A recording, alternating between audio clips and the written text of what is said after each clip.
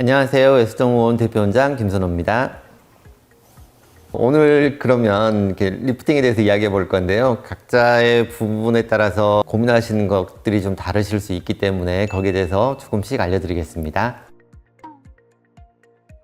하이프는 초음파를 이용해서 진피층에 자극을 주면서 콜라겐을 만들어가는 시술이라고 보시면 될 것 같고, 고주파는 열감을 지긋하게 주면서 표피와 진피 상층에 자극을 주면서 피부에 탄력을 주는 그런 자극이라고 보시면 될 것 같습니다. 하이프는 많이 알려져 있는 제품들로는 울세라, 더블로, 슈링크 같은 제품들이 있고요. 초음파를 이용해서 열응고점이라고 하는 그런 부분들을 자극을 주게 되는데, 그 부분의 지방층들이 망가지게 되면서 피부를 타이트닝 시키고 탄력이 생기는 그런 리프팅 장치라고 보시면 될 것 같습니다. 일단 환자분들 얼굴을 뵙고 거기에 맞는 것들을 추천해 드려야 될 것 같은데요. 탄력이 너무 많이 떨어지신 분들 같은 경우는 하이프나 고주파 기기들로 해서 조절이 안 되실 수 있어서, 이런 경우에는 실리프팅 같은 것들을 먼저 권해드리기도 하고요. 하이프는 지방이 좀 많은 분들, 탄력이 좀 떨어져서 스마스층이라고 하는 깊은 층까지 좀 자극을 줘야 되는 분들에게 권해드리고, 고주파 치료들은 피부가 얇은 분들, 홍조도 있고 피부 결이 좀 망가져 있는 그런 염증이 반복되는 분들 위주로 권해드리고 있습니다.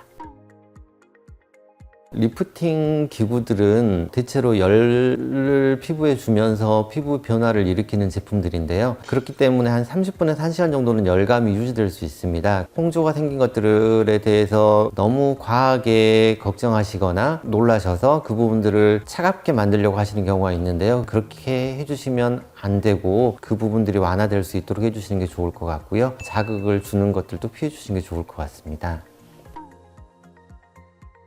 네, 가능합니다. 하이프 같은 경우는 피부 안쪽 진피층에 자극을 주는 제품들이기 때문에 피부 탄력을 잡아줄 수는 있긴 하지만 피부 결이라고 할 수 있는 표피층에 자극을 줄 수는 없을 거라서, 그쪽 부분에 자극을 줄 수 있는 수분감, 피부 결을 고르게 하는 제품들을 함께 할 수 있을 것 같아요. 물광 주사랄지 필로가 주사 같은 피부 결과 관련된 스킨 부스터를 같이 해주시는 게 좋을 것 같고, 고주파 같은 경우는 피부 표피층들에 자극을 주면서 탄력을 만들어주는 기기이다 보니까 안쪽 부분이 좀 더 아쉬울 때는 리쥬란 같은 제품을 피부 안쪽에 주사하면서 함께 해주시면 더 좋을 것 같습니다.